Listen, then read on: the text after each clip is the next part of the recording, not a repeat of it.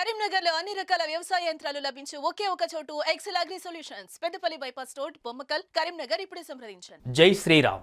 ఎక్కడ చూసినా శ్రీరామ నామస్మరణతో మార్మోగుతోంది. ఇక శ్రీరాముడి పుట్టినరోజు వేడుకలు పురస్కరించుకొని అయోధ్య అంతా సర్వాంగ సుందరంగా ముస్తాబైంది. అయోధ్యలో రామమందిర నిర్మాణం, రామ్లల్లా ప్రతిష్టాపన తర్వాత ఇదే మొదటి రామనవమి కావడంతో ఇక్కడ ప్రత్యేక సన్నాహాలు జరిగాయి. అయోధ్యలో అద్భుత దృశ్యం ఆవిష్కృతమైంది. సరిగ్గా 12 గంటలకు బాలరాముడి నుదుటిపై సూర్య తిలకం దేదీప్యమానంగా వెలిగిపోయింది.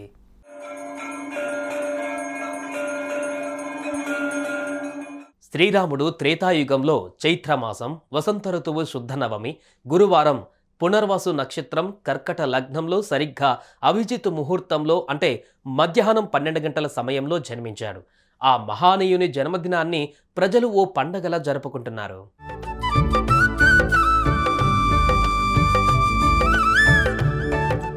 శ్రీరాముడి పుట్టినరోజును పురస్కరించుకొని అయోధ్య అంతా సర్వాంగ సుందరంగా ముస్తాబైంది. ఎన్నేళ్లైనా చెక్కు చెదరని కళాఖండంలా నిర్మించిన అయోధ్య ఆలయంలో అడుగడుగున ప్రత్యేకతలే దర్శనమిస్తున్నాయి. అందులో ఒకటి సూర్య తిలకం. శ్రీరాముడు జన్మించిన సమయానికి సూర్య తిలకం బాలరాముడి నుదుటిపై దేదీప్యమానంగా వెలిగిపోయేలా ప్రత్యేక ఏర్పాట్లు చేశారు. ఇందుకోసం గర్భగుడిలో ప్రత్యేక టెక్నాలజీ రూపొందించారు.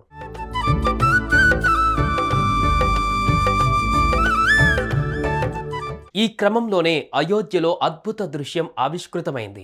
మధ్యాహ్నం 12 గంటలకు బాలరాముడి నుదుటిపై సూర్య తిలకం కనువిందు చేసింది. బాలరాముడి నుదుటిపై బొట్టుల 58 మిల్లీమీటర్ల పరిమాణంలో సుమారు 5 నిమిషాల పాటు ఈ కిరణాలు దేదీప్యమానంగా వెలిగిపోయాయి. ఇది చూసి భక్తులు తమ జన్మ ధన్యం చేసుకున్నారు.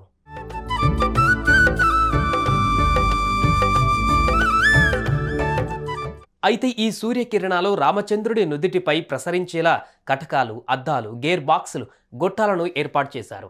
3వ అంతస్తు నుండి నేరుగా బాలరాముడి నుదిటిపై కిరణాలు ప్రసరించేలా ఈ పరికరాలు అమర్చారు. 3వ అంతస్తులో అమర్చిన మొదటి అద్దంపై పడి అక్కడి నుంచి ప్రతిబింబిస్తూ ఇత్తడి పైప్లోనికి ప్రవేశిస్తోంది. ఆ తర్వాత ఇది ఇత్తడి పైప్లో అమర్చబడిన 2వ అద్దాన్ని తాకి 90 డిగ్రీల వద్ద మళ్లీ ప్రతిబింబిస్తోంది. ఆ తర్వాత ఇత్తడి పైపు గుండా వెళుతున్నప్పుడు ఈ కిరణము 3 వేరువేరు లెన్సుల గుండా ప్రవహించి పొడవైన పైపు ద్వారా గర్భగుడి చివర అమర్చిన అద్దాన్ని తాకుతోంది. అలా వచ్చిన కిరణాలు నేరుగా బాలరాముడి నుదుటిపై పడి ప్రకాశిస్తున్నాయి.